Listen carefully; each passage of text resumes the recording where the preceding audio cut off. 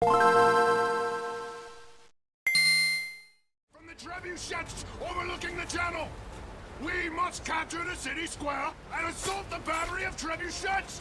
Only then may we proceed to Galencourt for the order! What's up, ladies and gentlemen? Today we're going to be taking a look at the recently finished Chivalry 2 beta. I luckily got a chance to participate in this madness, as I am a huge fan of the series. I've always enjoyed it. I didn't realize how, I guess it's not even that old. Chivalry 1 came out, I want 2013? I went back to it and man, does it feel dated. Everything in this beta just felt so smooth, and it was pretty clear there were a lot of things that weren't finished or polished. There's there's a lot going on. My teammate just cut off my arm. I didn't realize that until about that moment. And yep, here's me taking one last swing at the guy. So your teammates can cut off your arms. I think that was the only time in the entire beta that ever happened, though. Usually your teammates do reduce damage. Like, oh gosh, you don't do very much. The game expects you to hurt your teammates, I think, because it's a little hard to control your swings. You'll see me hitting my teammates all the time. I'm not very good at this game. I'm okay, but in this first video, especially in this first part, you'll see me picking up. Oh, there we go. Just smacked my guy in the head. You'll see me picking up and throwing weapons a lot. This is commentary done after the fact. I recorded this late at night, so I didn't want to do it at the same time. It's also a bit of a pain in the butt, especially with the nature of down times in this. You'll notice a lot of edits and cuts. I just tried to cut out a lot of the fat. There's a lot of times where you're just running back to the action, or you just run in and then immediately die. So I'm always on the Mason order. I will never be an Agatha scum. I will only fight for the Mason order. So on this map, you are attacking. It rotates. Some maps you're attacking, some you're defending as the Mason or Agatha. Right now we are, as you can see in the upper portion of the screen, we are pushing that battering ram up to the wall. Or some of us are, most of us are just fighting. You see I have somebody's head. You can just do that. You can just dismember somebody and pick up their head. I don't think it actually does very much, but I don't know, it demoralizes the enemy a little bit, I guess. Some weapons are better at throwing than others. Spears are awesome. They don't do a ton, but very easy to get hit with. There's some team damage. See, I swung right through the guy, right into my teammate. It probably did like 5 damage. They made combat so much smoother. It's wonderful. Going back to the original Chivalry, it's so weird to me because when I remember Chivalry, I remember this buttery smooth combat and these simple to navigate menus, and then I go back to it and it was just night and day how old it was. It's weird. It's one of those weird things that made me feel old. So that guy, I think I show it better in some parts of the video. That guy ended up getting downed. Sometimes, I don't know what the condition is, but instead of dying, you will be downed. And if you can manage, see there he goes down, yeah, he went down too. If you can manage to punch somebody in your downed state twice, you get back up. And I can't remember how much health I think you have like half health. I honestly can't remember, but you do get back up, which is pretty cool. 99% of the time, you are just going to die. They'll just immediately kill you. I started getting the habit of attacking corpses just like that. It's not that hard to take an extra swing and just go with the corpse. That is a like an ultimate. Yeah, each class has a specific ultimate. That one, I think the only thing it does is it heals your teammates in an AoE around you and yourself, I think. I don't know what else it does. I think that's all it does. The other class in the I never remember. Vanguard? I think Vanguards are the middle weight class. The main one you unlock, or the first one you start with, has a fire bomb, which creates a little area of fire on the map. You'll see it a few times. Anyone that goes into it is lit on fire. Oh, here I pick up the hammer. This thing is amazing. I hit my teammates about 1,000 times with it, but it's an amazing weapon.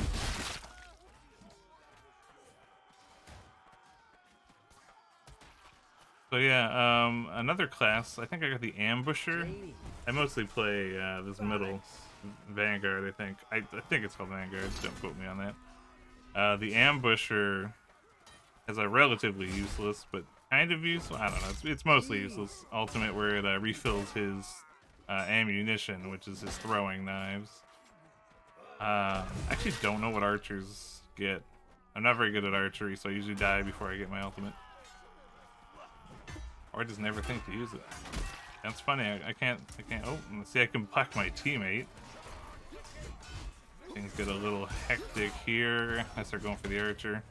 See, he gets downed, and I get interrupted by his teammates. So we start punching each other, and he unfortunately got the first punch, so he gets back up. So you'll see, he got back up. He immediately got killed, but he did get back up. He had a chance. Oh. Sorry, not sorry. So, killing peasants, part of the objective. I'm actually not sure if that's the only objective. Quite frankly, I'm really bad at the objective-based gameplay. I usually just go and kill people, but it contributes. You know, the less Agatha alive, the better the world is.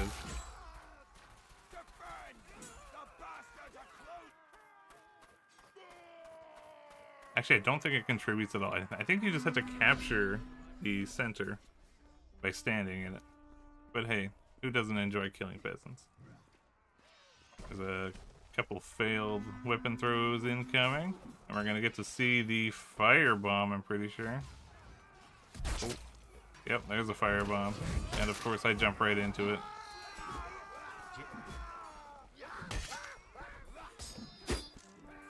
Didn't do too bad though.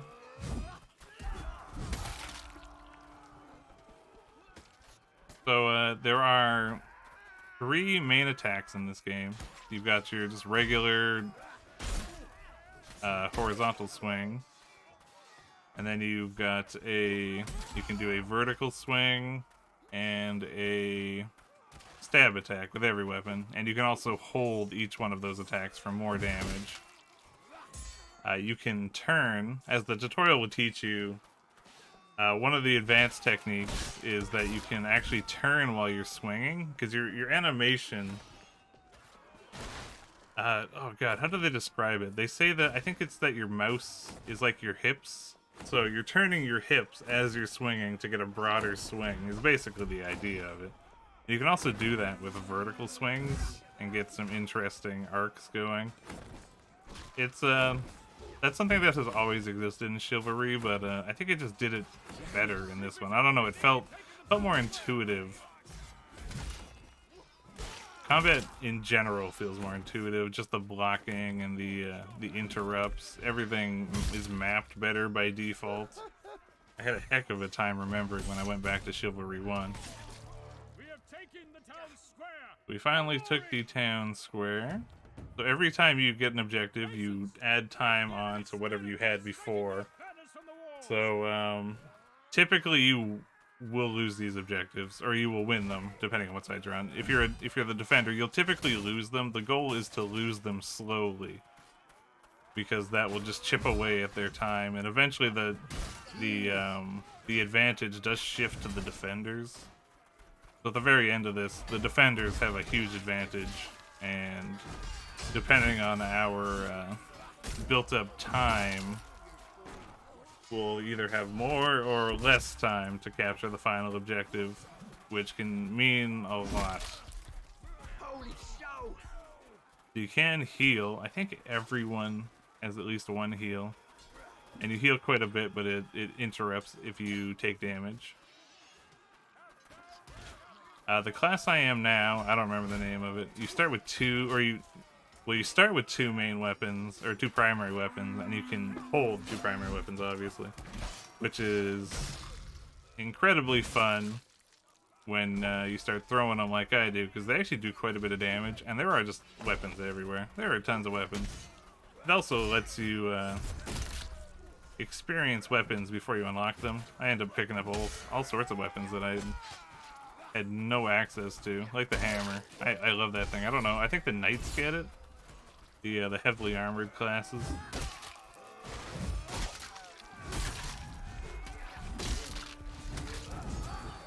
I did pretty good there until I got lit on fire. So this is usually a slog. I skip most of it. Oh, that is the worst part. It's pretty much just throwing yourself at that bridge over and over until you can finally get farther in. So I am making good use of the parry mechanic. I don't know if it's the same as the original. I'm almost certain it isn't, but I might be wrong. When you parry someone, you now get a small window where you will automatically just block damage. So if someone else, like say you're fighting 2v1, if you block one of their attacks and the other guy swings pretty much at the same time, you will block his attack, and it allows you to counterattack, and you can do some pretty crazy things. Right there, I just got knocked off by my teammate. That was great. He probably saved my life, to be fair, so it's not too bad. And I'll never make that shot in my life ever again. So I go up and try and get my sword, and E releases you from the ladder, so that didn't work. So I just went in and I did what any good soldier would do, and I just started punching things. Or trying to, and then eventually punching things. So punching is terrible. You can't block anything. It's really a last-ditch effort. I thought I was real smart throwing that at the archer until I realized that I had no way of beating him after that.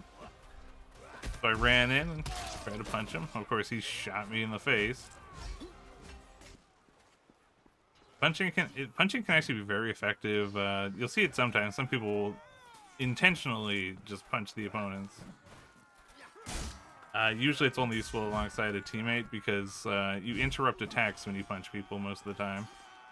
But if you don't do very much damage, so it gives the enemy a good opportunity to come and assist their teammate, or there's a few ways you can dodge and get out of the way and attack. It's really not that hard to beat one single person that's punching, but if they've got a friend beside them, then it becomes significantly more difficult. You're nuts. So destroying the trebuchets is actually the final objective. I think we had not a great amount of time. I think we were kind of on the lower end of things, but we started doing pretty well. Our team started to coordinate a lot better.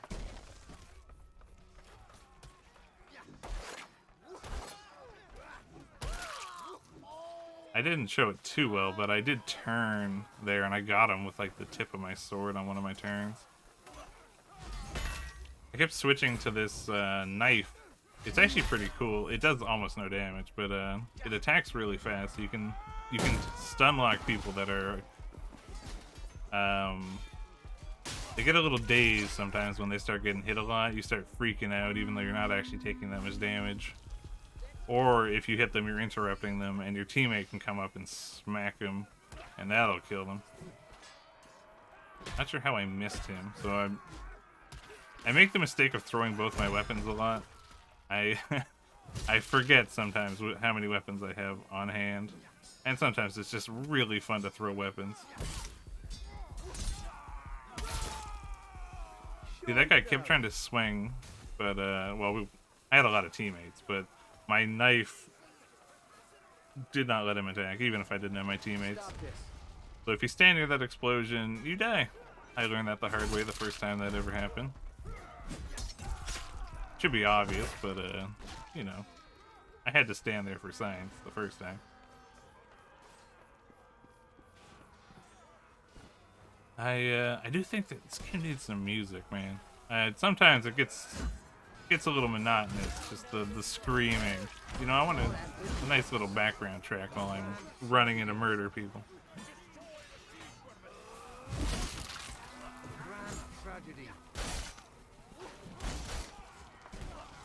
Taking wild swings. It works sometimes. Generally, when there's a lot of people around, if you just start taking wild swings, you take out a lot of people. No way out of that. A grand tragedy. A grand tragedy. So we're actually running down on time here. This is the final objective. And there we go. 20 seconds from a loss, and we managed to pull it back and get the win.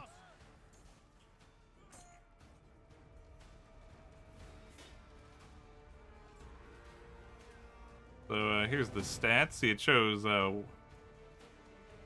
breeze past that a little fast, but oh, there we go. So it shows when in the timing we captured objectives. So you can see that we took quite a while for a lot of the earlier ones. So here's all the experience you get per weapon and per class. Oh, Vanguard is the specific class. Oh, it is Oh no, it's Vanguard and then there's Footman and Knight. I never play Footmen. I think they are the... Oh gosh, you know, I never remember. I think Footmen are like lightly armored,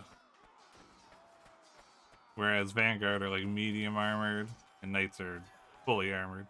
So this is a clip from just a deathmatch. I jumped into the highest population deathmatch I could find, and I chose Archer because I don't know. I enjoy Archer in deathmatch, but I'm really bad as an archer. I end up just pulling out my melee weapon most of the time.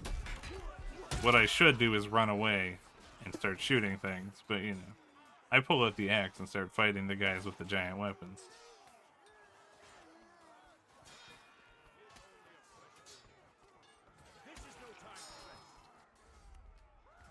So, like I said, I left this clip basically unedited just because some people probably want to see, you know, what the whole thing is like.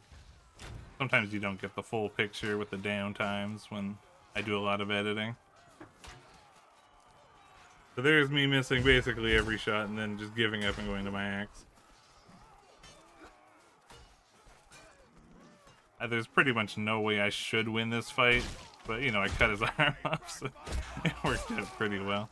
Then I picked up his giant sword, which I quickly learn is a bad idea because I'm a tiny little archer and I'm not equipped to do that. You can see different classes have different weapon loadouts. It's a little sparse compared to the original, actually. The original, you had quite a medley of weapons. I honestly can't remember how it launched, though.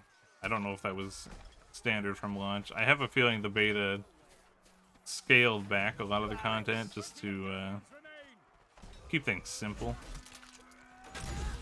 There's a lot of things the beta didn't have, like character customization.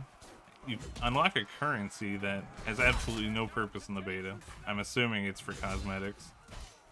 Since I do believe, yeah, that is the thing in the first one. I really should have played a little more of the first one, because it's been a while. It's been a while since I did anything, but I'm almost certain there's customization in that game too.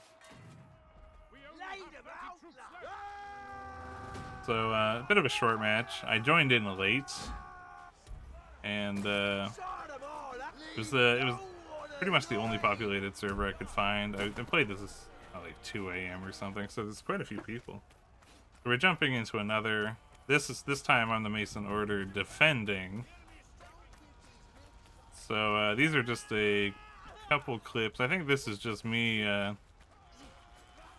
throwing knives and sneaking around the back line, killing archers.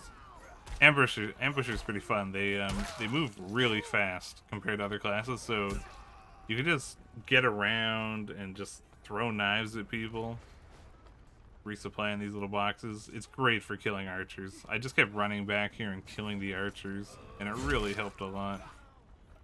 I think they even get a bonus to damage done from behind, I believe. This is mostly just me running around, clearing the area out.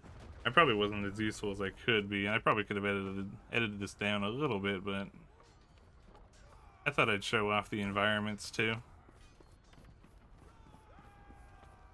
So this class is mostly suited for 1v1s because it uses small, quick weapons. Anytime someone else shows up, I usually run away or die. They are destroying the camp! Stop them! They use one-handed weapons, so they can always use those throwing knives. I think you have an option between a short sword and a knife by default. There's my global rank, which is just your profile rank. I'm actually not too sure. I don't think that had any purpose in the beta. You also get class ranks on your class, like the category and also the specific class you are within that category. They all get ranks, and I think even weapons get individual ranks. I'm actually not. I can't remember. I'm pretty sure that's a thing because you do get experience for weapons, but I'm not sure what purpose that actually serves. I don't think it served any purpose in the beta. But if it's anything like the first game, you'll unlock other weapons within those categories. So here we swap to the very end of this scenario. This is always chaos. This place is just utter madness. You're trying to defend the heir, who is the king, I assume. And he's just an AI-controlled NPC that just runs around at random. Sometimes he'll run himself straight into a crowd of people, which is a little annoying. I'll be honest. But a lot of the match does end up being choking people with this bottleneck. Tell Death. He's gotten ahead of himself. Dead enough. As soon as you try to leave that door, it says you're deserting. So you can't go out there and camp them too much. But it is a bit of a choke point. And I got lit on fire. I probably deserve that, to be honest.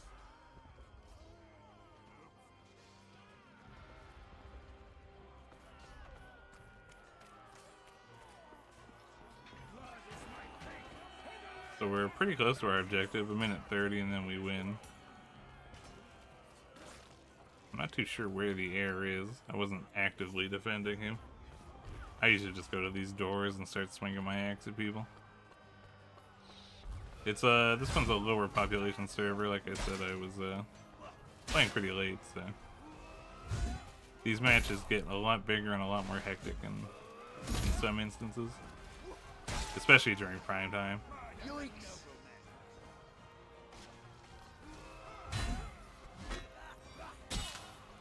Battles, 1v1s can be really fun. There's a lot of strategy.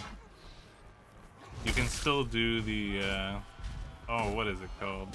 Fainting? You can still feint. I'm not very good at it, so I never do it.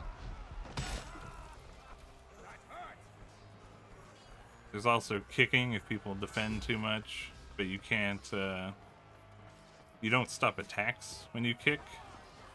So if you kick at the wrong time, they'll just take an axe to the face. That guy just used his ultimate to heal all his buddies, so I think they had already been killed. So. Oh. But it looks like we're 15 seconds from winning.